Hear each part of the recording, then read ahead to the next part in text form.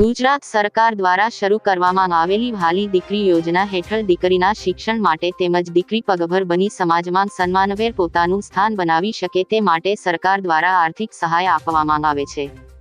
દંપતીની પ્રથમ 3 સંતાનો પૈકીની તમામ દીકરીઓને યોજનાનો લાભ મળવાપાત્ર રહેશે. અપવાદરૂપ કિસ્સામાં બીજી, ત્રીજી પ્રસૂતિ વખતે કુટુંબમાં 1 કરતાં વધારે દીકરીઓનો જન્મ થાય અને દંપતીની દીકરીઓની સંખ્યા 3 કરતાં વધુ થતી હોય તો પણ તમામ દીકરીઓને આ યોજનાનો લાભ મળવાપાત્ર થશે. વહાલી દીકરી યોજનાનો લાભ લેવા માટે આવક મર્યાદા ગુજરાત સરકારના મહિલા અને બાળ વિકાસ વિભાગ દ્વારા વાર્ષિક આવક 2 લાખ રૂપિયા કે તેનાથી ઓછી હોય તો તેને આ યોજના હેઠળ 1,10,000ની સહાય આપવામાં આવે છે. જે વ્યક્તિ વહાલી દીકરી યોજનાનો લાભ માતા પિતાની પહેલી 2 દીકરીઓ માટે મળી શકે છે, જે માટે અરજી કરનાર વ્યક્તિ ગુજરાત રાજ્યમાં રહેતો હોવો જરૂરી છે અને તેથી વ્યક્તિ પાસે બેંકનું એકાઉન્ટ હોવું જરૂરી છે. ઉપરાંત અરજી કરનાર વ્યક્તિની વાર્ષિક આવક 2 લાખ રૂપિયા કે તેનાથી ઓછી હોવી જોઈએ. રાજ્યના ખેડૂતો તેમની ઉપજના સારા ભાવ મેળવી શકે તે માટે રાજ્ય સરકાર સતત પ્રયત્નશીલ છે. હાલ રાજ્યના કેટલાક વિસ્તારોમાં ચણાના પાકમાં સુકારા, મૂળખાઈ અને સ્ટન્ટ વાયરસ જેવા રોગ જોવા મળતા તે અંગે ખેડૂતોને જાગૃત કરવા તેમજ પાકને આ રોગોથી બચાવવા માટે રાજ્ય સરકાર દ્વારા નિયંત્રણ માટેના પગલાઓ જાહેર કરવામાં આવ્યા છે, તેમ ખેતી નિયામકની યાદીમાં જણાવાયું છે. વધુમાં જણાવ્યા અનુસાર સુકારા, મૂળખાઈ અને સ્ટન્ટ વાયરસને અસરકારક રીતે નિવારવા માટે અસરગ્રસ્ત છોડ પર કાર્બેન્ડાઝિમ 1 ગ્રામ પ્રતિ લીટર દ્રાવણનો છંટકાવ કરવો જોઈએ. આ ઉપરાંત પી. ફ્લોરોસેન્સ અથવા ટી. વીરીડી 2.5 કિલોગ્રામ પ્રતિ હેક્ટર 50 કિલોગ્રામ ખાતર સાથે અસરગ્રસ્ત છોડની ઉપર છંટકાવ કરવાથી આ રોગ નિયંત્રણમાં આવે છે. પાકના લઘુત્તમ ટેકાના ભાવ MSP અને અન્ય માંગણીઓ માટે ચાલી રહેલા ખેડૂતોના આંદોલનમાં એક ખેડૂતના મોત બાદ ખેડૂતોએ કડક વલણ અપનાવ્યું છે. સંયુક્ત કિસાન મોરચા SKM એ શુક્રવારે બ્લેક ડે મનાવવાની જાહેરાત કરી છે. તે જ સમયે 26મી ફેબ્રુઆરીએ હાઈવે પર ટ્રેક્ટર માર્ચ થશે, જ્યારે 14મી માર્ચે મહાપંચાયત યોજાશે. હરિયાણાના મુખ્યપ્રધાન મનોહર લાલ અને ગૃહપ્રધાન અનિલ વિજ વિરુદ્ધ હત્યાનો કેસ નોંધવાની માંગણી કરી હતી. બીજી તરફ ખેડૂત નેતા સરવનસિંહ પંઢેરે કહ્યું કે પંજાબ સરકારે ટ્રેક્ટર ટ્રોલીઓને નુકસાન પહોંચાડવા બદલ હરિયાણાના અર્ધલશ્કરી દળના જવાનો સામે કાર્યવાહી કરવી જોઈએ. ખેડૂત નેતા જગજીતસિંહ દલ્લેવાલે કહ્યું કે સરકારે ખેડૂત શુભકરણને શહીદનો દરજ્જો આપવો જોઈએ. આપને જણાવી દઈએ કે ખેડૂત સંગઠનો અને કેન્દ્ર સરકાર વચ્ચે 4 રાઉન્ડની વાટાઘાટો અનિર્ણિત રહી છે. ખેડૂતોએ તેમના આંદોલનને વધુ ઉગ્ર બનાવવા માટેના કાર્યક્રમો અનુસાર આગળની રણનીતિ બનાવવાનું શરૂ કરી દીધું છે. દેશના ઇન્ફ્રાસ્ટ્રક્ચરનો વિકાસ કરવા અને તેને વધુ વેગ આપવા માટે national building construction corporation limited NBCC પણ કૃષિ ક્ષેત્રમાં પ્રવેશ કરવા જઈ રહી છે. NBCC એ સહકારી ક્ષેત્રમાં national cooperative development corporation NCDC અને national bank four agriculture and rural development NABARD સાથે કરાર પર હસ્તાક્ષર કર્યા છે, જે અંતર્ગત વિશ્વની સૌથી મોટી અનાજ સંગ્રહ યોજના શરૂ થવાની છે. NBCC દેશના વિવિધ રાજ્યોમાં લગભગ 2000 અનાજ સંગ્રહ વેરહાઉસ બનાવશે. પરંતુ હાલમાં વિવિધ રાજ્યોની PAC અને સહકારી બેંકો સાથે 200 અનાજ વેરહાઉસ બનાવવા માટે જ MOU પર હસ્તાક્ષર કરવામાં આવ્યા છે. માર્કેટ યાર્ડોમાં સરકારના ટેકાના ભાવ કરતાં ઓછા ભાવે રાયડો વેચાઈ રહ્યો છે. હવામાનની વિપરીત અસરોને કારણે રાયડોના ઉત્પાદનમાં મોટો ઘટાડો થયો છે. બનાસકાંઠા જિલ્લામાં રવિ સિઝનમાં સરહદી વિસ્તારમાં રાયડાની સૌથી વધુ વાવણી થાય છે. રાયડા એક મહત્વપૂર્ણ તેલીબિયાં પાક છે અને રાયડા તેલનો ઘી તેલ તરીકે વ્યાપકપણે ઉપયોગ થાય છે. હવે ખેડૂતોનો વારો છે કારણ કે રાયડાના ભાવ પણ નીચા થઈ ગયા છે. રાયડાના વાવેતરને કારણે ખેડૂતોને 20 કિલો દીઠ 200થી 300 રૂપિયાનું નુકસાન વેઠવું પડી રહ્યું છે. ખાસ કરીને નવો પાક તૈયાર થયો ત્યારે એક સપ્તાહ પહેલા ભાવ 1100 રૂપિયા હતા. આવી સ્થિતિમાં ખેડૂતો સંકટનો સામનો કરી રહ્યા છે. ગત વર્ષની સરખામણીએ રાયડાના ભાવમાં ખેડૂતોને 200 રૂપિયાથી 300 રૂપિયાનું નુકસાન વેઠવું પડી રહ્યું છે. પરંતુ હવે સ્થિતિ આવી છે. ખેડૂતોનો બેવડો ફટકો સહન કરવાનો વારો આવ્યો છે, કારણ કે ખેડૂતોની નોંધણી થઈ ગઈ છે. અમરેલીમાં કેરી પકવતા ખેડૂતો ચિંતામાં મુકાયા છે. કારણ કે આ વર્ષે આંબામાં મોર આવ્યો નથી અને ફાલ પણ ખરવા લાગ્યો છે. 4 વર્ષ પહેલાં તો તે વાવાઝોડાએ અમરેલી જિલ્લામાં બાગાયતી ખેતીને ભારે નુકસાન પહોંચાડ્યું હતું.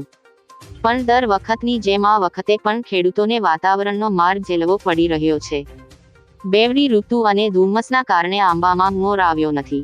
ખેડૂતોના મતે આ વર્ષે શિયાળામાં ઠંડી ઓછી પડતા આ સ્થિતિ સર્જાઈ છે. આ વર્ષે બેવડી ઋતુનો કારણે અમરેલી જિલ્લાના આંબાના બગીચા ધરાવતા ખેડૂતોની માઠી દશા બેઠી હોય અને આંબાના વૃક્ષોને ગ્રહણ લાગ્યું હોય તેવો ઘાટ ઘડાયો હોવાની પ્રતીતિ થઈ રહી છે.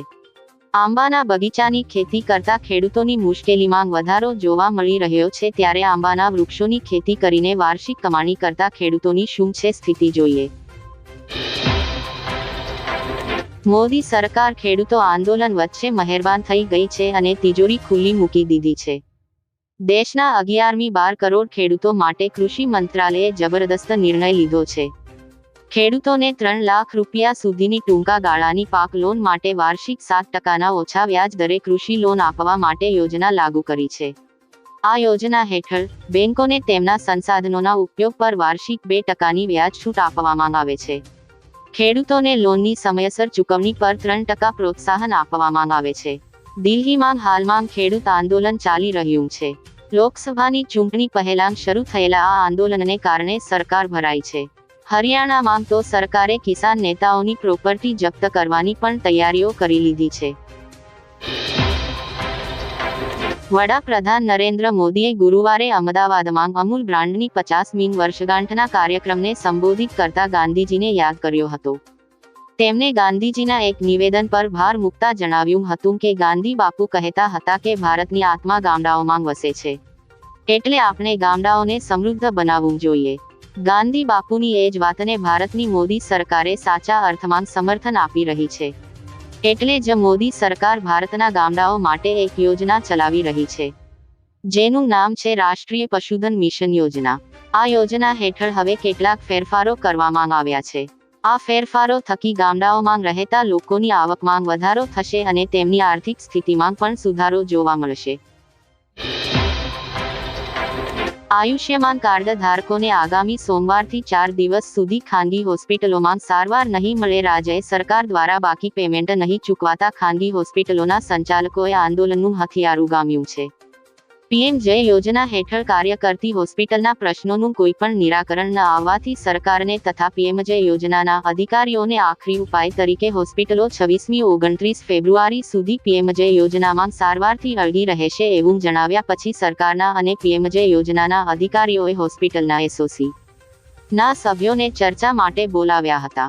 Principal health secretary Dhananjay Dwivedi, health commissioner Harshad Patel, PMJAY યોજનાના ગુજરાતના અધિકારી ડોક્ટર શૈલેષ આનંદ, બજાજ ઇન્સ્યોરન્સના અધિકારીઓ તથા પ્રાઇવેટ હોસ્પિટલના એસોસિએશનના સભ્યો વચ્ચે ખૂબ જ મહત્વની મીટિંગ યોજાઈ. આ મીટિંગમાં અધિકારીઓએ હોસ્પિટલના બાકી નાણાંની ચૂકવણી અને અન્ય પ્રશ્નોના ઉકેલનો પ્રયત્ન કરી રહ્યા છીએ એવું જણાવ્યું, પરંતુ આ પ્રશ્નોનું નિરાકરણ ક્યારે આવશે એની કોઈ બાહેધરી આપી નહીં. જો તમે ગેસ ગ્રાહક છો તો આ સમાચાર તમારા માટે ખાસ હોઈ શકે છે. તમને જણાવી દઈએ કે ગેસ સિલિન્ડર ગ્રાહકોને કેન્દ્ર સરકાર દ્વારા સબસિડી મળી રહી છે.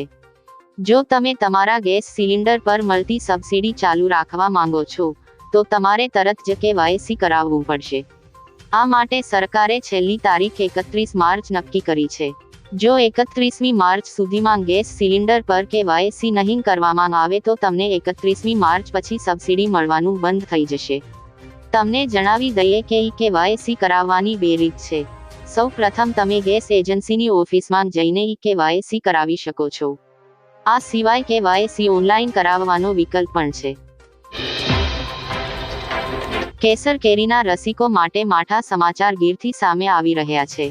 જગવિખ્યાત તાલાલાની કેસર કેરી આ વર્ષે માર્કેટમાં મોડી આવી શકે છે. તાલાલા અને ગીર પંથકમાં પ્રતિકૂળ હવામાન અને દિવાળી સમયમાં પડેલ માવઠું અને આંબાવાડીમાં રોગને કારણે કેસર કેરીના પાકને ભારે નુકસાન થયું છે. કુદરતી હવામાન પલટાના કારણે વિશ્વવિખ્યાત કેસર કેરી 15મી 20 દિવસ બજારમાં મોડી આવશે. વિશ્વ પ્રસિદ્ધ કેસર કેરીનો ગઢ ગણાતા તાલાલા ગીરમાં આ વખતે કેસર કેરીના બગીચાઓમાં ફ્લાવરિંગ મોર આ વર્ષે મોડા આવ્યા છે. એક તરફ રોગ અને બદલાતા વાતાવરણ વચ્ચે રાત્રે ઠંડી દિવસના ગરમી અને ઝાકળના કારણે કેસર કેરીના પાકને ખૂબ જ વિપરીત અસર પહોંચી છે.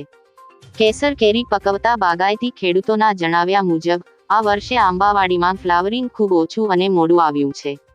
ઠંડા પવનવાળું વાતાવરણ અને દિવાળીમાં પડેલ માવઠાને કારણે તાલાળા ગીર વિસ્તારમાં ભારે નુકસાની કરી ગયેલ છે. વાતાવરણની પ્રતિકૂળ અસરના કારણે ફ્લાવરિંગ 15-20 દિવસ મોડું આવ્યું છે, જેના કારણે ખેડૂતો ભારે ચિંતિત બન્યા છે. તો કેસર કેરી 15-20 દિવસ બજારમાં મોડી આવશે તેવું જણાય છે. ગીર ગઢડા તાલુકાના જુડવડી ખાતે જળ સંપત્તિ અને પાણી પુરવઠા મંત્રી કુંવરજીભાઈ બાવળિયાએ આજે મચુંદરી નદી પર જુડવડી પિકઅપ વિયર રિચાર્જ યોજનાનું ખાતમુહૂર્ત કર્યું હતું. આ અવસરે મંત્રીએ જણાવ્યું હતું કે વડાપ્રધાન નરેન્દ્ર મોદીના નેતૃત્વમાં અને રાજ્ય સરકારના માર્ગદર્શન હેઠળ સૌની યોજનાના અમલીકરણના કારણે પાણીની સમસ્યાઓ હવે ભૂતકાળ બની છે. પાણીને કારણે ખેતરો હવે હરિયાળા બન્યા છે અને ખેડૂતોની આવકમાં નોંધપાત્ર વધારો થયો છે. તેમણે વધુમાં જણાવ્યું કે ખેડૂતોનું હિત રાજ્ય સરકારના હૈયે વસેલું છે. પ્રધાનમંત્રી કિસાન સન્માન નિધિ યોજના દ્વારા રાજ્યના ખાતેદાર ખેડૂતોને આર્થિક સહાય પૂરી પાડવામાં આવે છે. દરિયા કિનારાના વિસ્તારોમાં ખારાશને આવતી રોકવા તેમજ મીઠા પાણીના સંગ્રહ કરવા માટે ચેકડેમો, પિકઅપ વિયર યોજના સહિતની યોજનાઓથી દરિયાઈ કાંઠાના વિસ્તાર સમૃદ્ધ બને તે માટે વિવિધ કામો હાથ ધરવામાં આવી રહ્યા છે. દરિયાઈ વિસ્તારમાં મીઠા પાણીને દરિયામાં વહી જતા અટકાવવા માટે સ્પ્રેડિંગ કેનાલનું કાર્ય પણ પ્રગતિમાં છે.